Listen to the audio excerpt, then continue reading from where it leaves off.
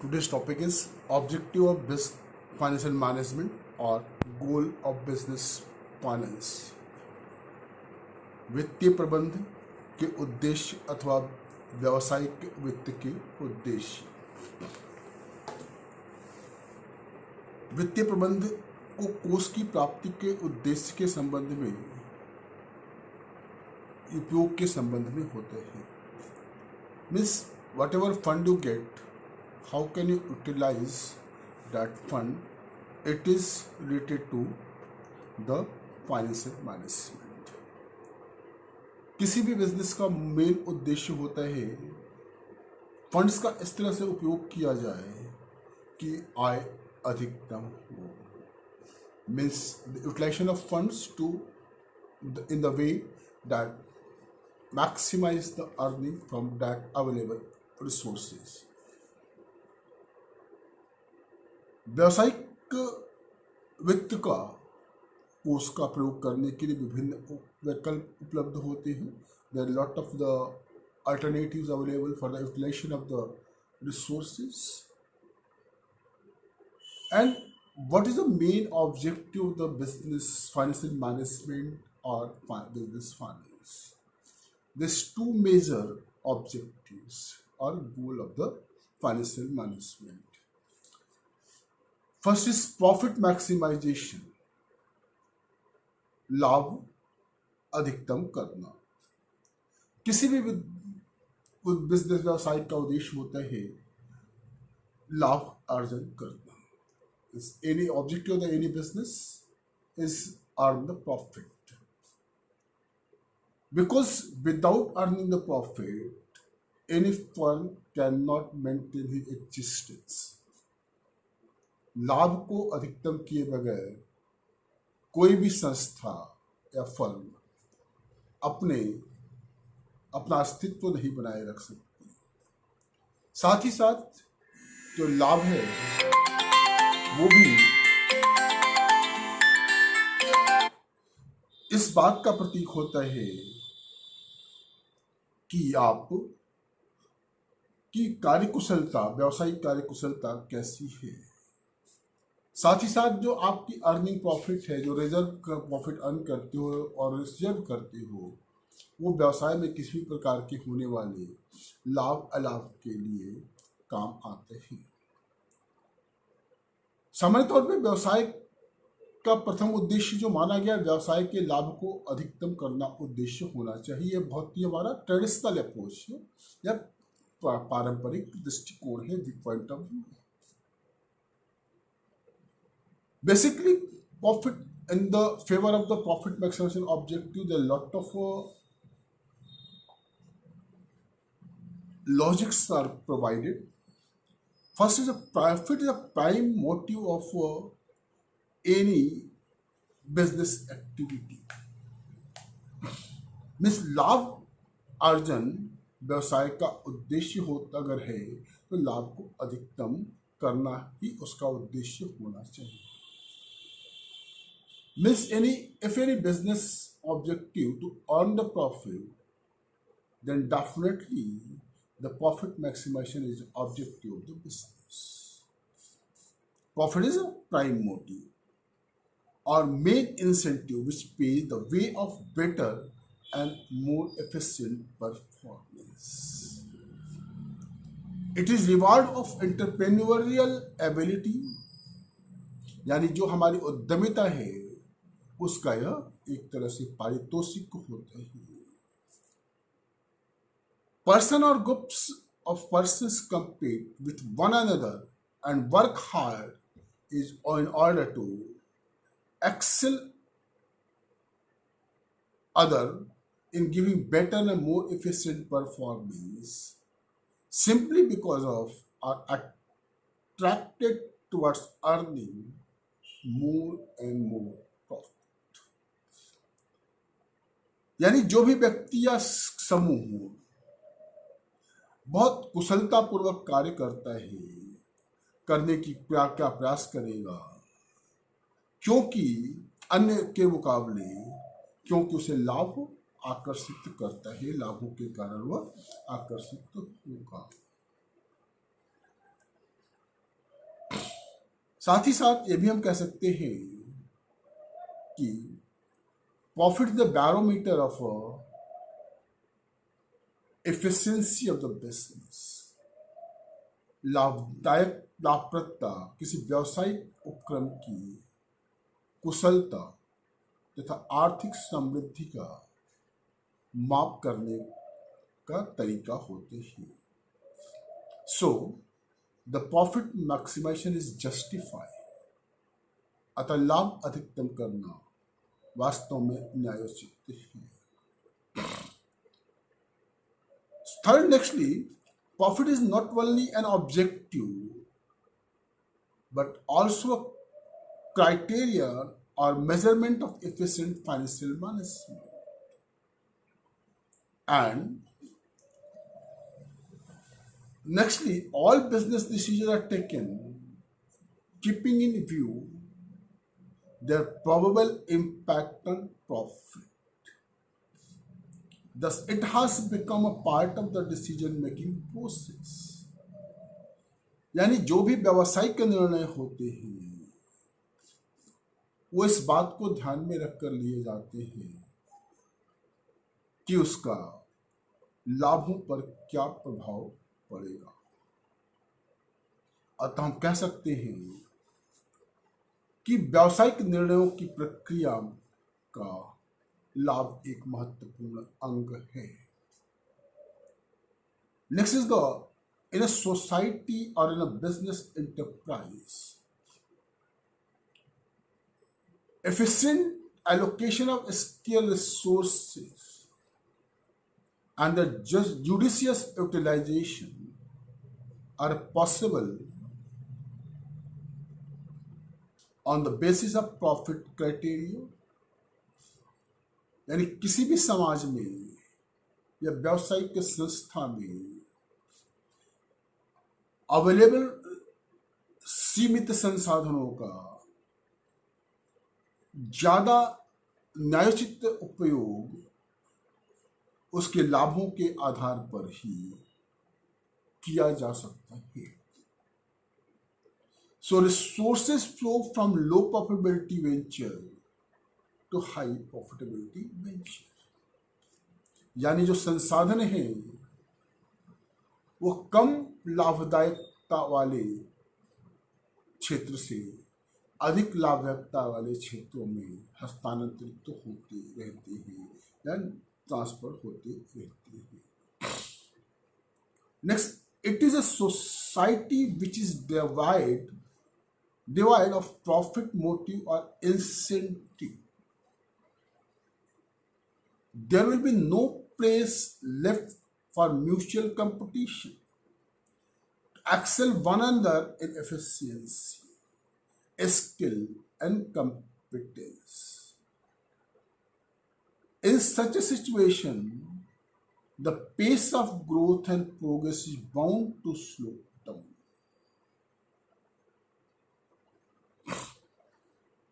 Means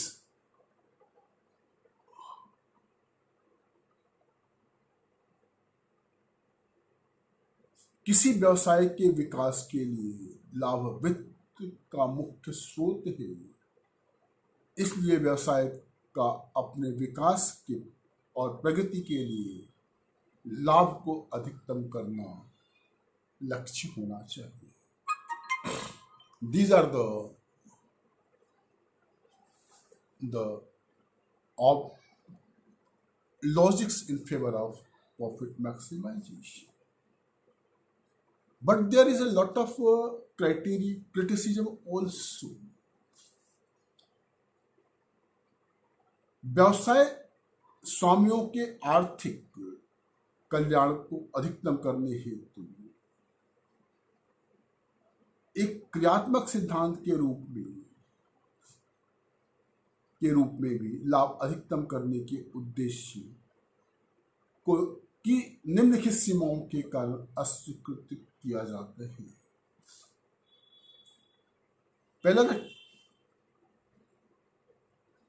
the technique of Karl Marx and prevalence of socialistic tendencies have resulted in viewing profit maximization goal as an instrument of exploitation of interest other than the owner's interest.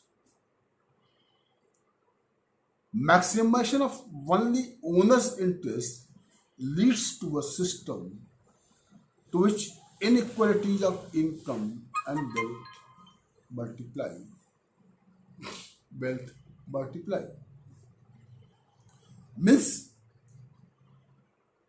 लाभ अधिकतम करने की जो तकनीक है, लाभ Karl Marx के में, वो समाज के अन्य वर्गों की इंटरेस्ट के स्थान पर स्वामी के इंटरेस्ट को प्रमुखता देता है और उनके लाभों का कहीं ना कहीं शोषण करता है.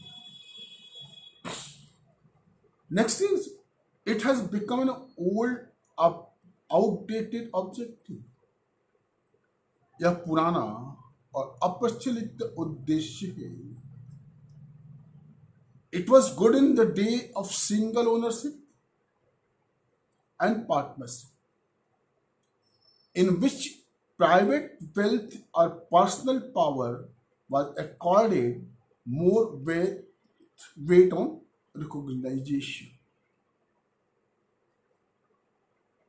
यह पुराने दिनों में या एकल व्यवसाय अथवा साझेदारी व्यवसाय के लिए उपयुक्त था, जहां की निजी संपत्तियों और निजी शक्ति को ज्यादा महत्व दिया जाता था.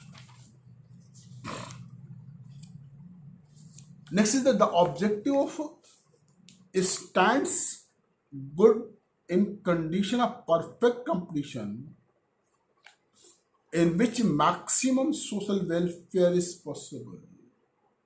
But today, perfect competition has become a myth and modern markets have become highly imperfect due to many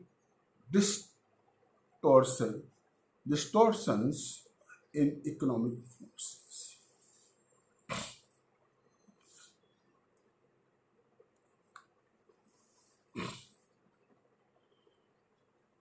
Next is, profit is a vague term which has many facets such as gross profit, operating profit, or earning before interest and taxes, profit before tax and profit after tax. अर्थात लाभ शब्द भ्रमपूर्ण व अस्पष्ट है और इसे स्पष्ट रूप से परिभाषित किया जाना चाहिए.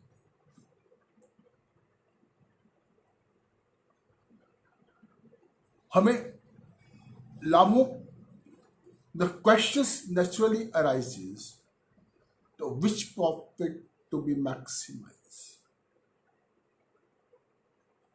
निश्चित तौर पे हम सकल लाभ, संचालन लाभ, आय, कर और ब्याज से पूर्व का लाभ, कर के पश्चात लाभ अथवा कर के पूर्व का लाभ, किस ब्याज को अधिकतम, किस लाभ को अधिकतम करना चाहते हैं. ये क्वेश्चन उठता है कि किस लाभ को अधिकतम किया जाए. Certainly, profit after tax securing to equity shareholders is more meaningful in this context. निश्चित तौर पे लाभों के पश्चात, करों के पश्चात का जो लाभ है वो अंशधारियों के दृष्टिकोण से ज्यादा अर्थपूर्ण है. But it has been observed that at times profits of a company may go up at the market price of shares may decline.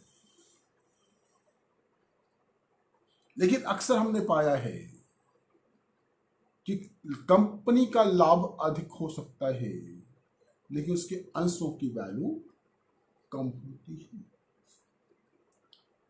Next, it is also said that the term profit maximization is unrealistic. ये भी कहा जाता है कि लाभ अधिकतम करने का जो शब्द है ये अवास्तविक है, because this criteria does not give any recognition to time value of earnings, चूंकि यह समय तत्व पर विचार नहीं करता। अर्थात लाभ अधिकतम करने का उद्देश्य धन के समय मूल्य की उपेक्षा करते हैं।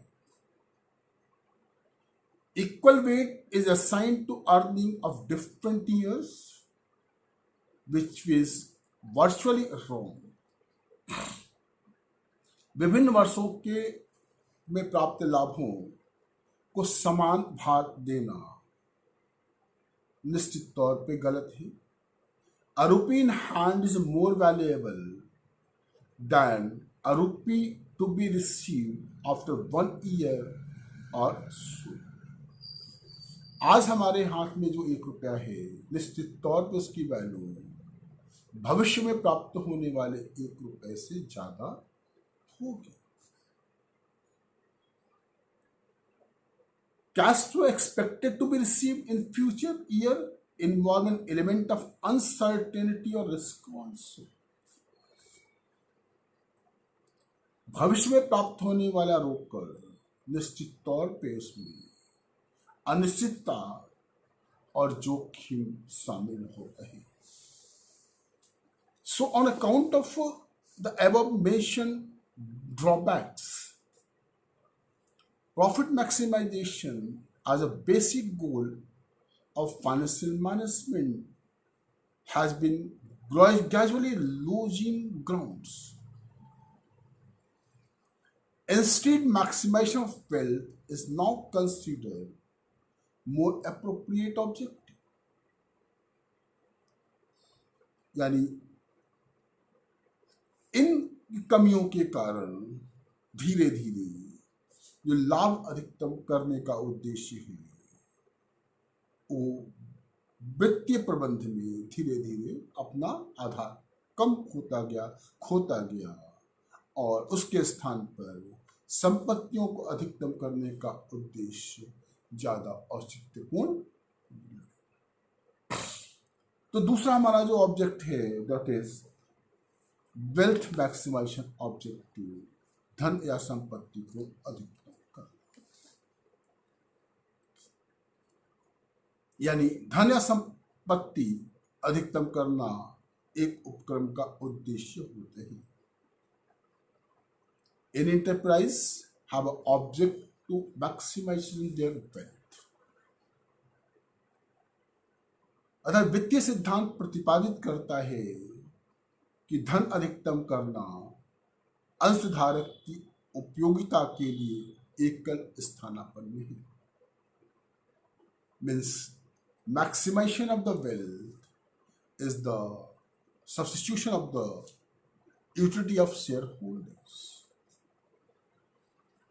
जब फर्म अंशधारक के धन को अधिकतम करती है तब व्यक्तिगत अंशधारक अपनी व्यक्तिगत उपयोगिता को अधिकतम करने हेतु इस धन का उपयोग कर सकते हैं। अर्थात अंशधारक के धन को अधिकतम करने के द्वारा फर्म अंशधारक की उपयोगिता को अधिकतम करने की ओर निरंतर कार्य करती है। किसी भी अंशधारक के वर्तमान धन की गणना करने हेतु उसके पास जितने भी नंबर ऑफ शेयर्स हैं उसको अंशों के वर्तमान मूल्य से अगर हम मल्टीप्लाई कर दें तो जो भी प्रोडक्ट आता है वो उसका धन या संपत्ति मूल्य कहा जाएगा।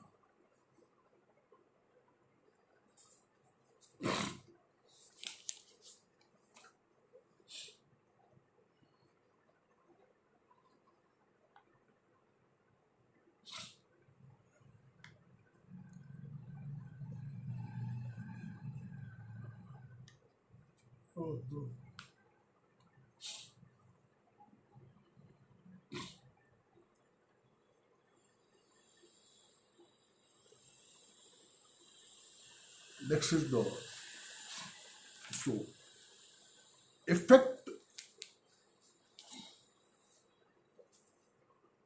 अर्थात प्रत्येक वित्तीय निर्णय लागत लाभ विश्लेषण पर आधारित होना चाहिए. This every financial decisions must based on a cost benefit analysis, because if the cost is lower than the profit, that decisions definitely increase the wealth of the. Now, implications of wealth maximizations, धन अधिकतम करने का प्रभाव. एक परिचालन वित्तीय प्रबंधन नीति के रूप में धन को अधिकतम करने के उद्देश्य को लागू करना एक विवेकपूर्ण कार्य होता है.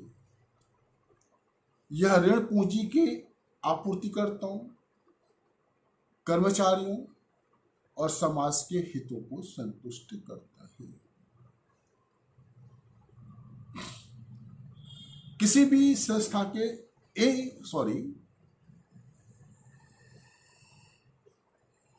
operation of a enterprise is the maximization of wealth is the best financial management policy, because it is the rational and it satisfies the interest of the debtors or supply of the debt capital, employees, as well as society.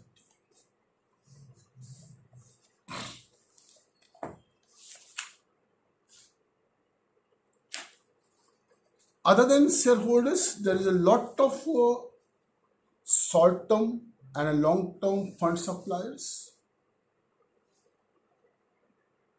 Short-term fund suppliers are interested to get their fund back in timely, while long-term fund supplier are interested to get their fund back as well as their interest also. So धन या जो अल्पकालीन ऋण कोष उपलब्ध करता होते हैं वो समय पे अपने ऋण का भुगतान प्राप्त करना पसंद करते हैं, जबकि दीर्घकालीन जो कोष आपूर्तिकर्ता होते हैं वो अपने धन के साथ साथ ब्याज की भी पूर्ति करने में रुचि रखते हैं. धन या संपदा अधिकतम करने का उद्देश्य अंशधारकों के धारित अंशों के मूल्य में वृद्धि द्वारा न केवल अपने हितों को संतुष्ट करता है बल्कि यह ऋणदाताओं की सुरक्षा भी सुनिश्चित करता है. Wealth maximization objective is not only the secure the interest of the shareholders but debt holders interest also. प्रबंध अंशधारकों की ओर से चुना हुआ एक निकाय होता है. यदि प्रबंध अंशधारकों के धारित अंशों के मूल्यों वृद्धि करने में समर्थ है, अंशधारी कभी भी प्रबंध तंत्र में परिवर्तन करना नहीं चाहेंगे. Management is selected by the shareholders, and if shareholders increase their market value of the shares, the shareholders does not interested to change the management group. Today's class is here. Stop. But some criticisms as objectives will be in the next time.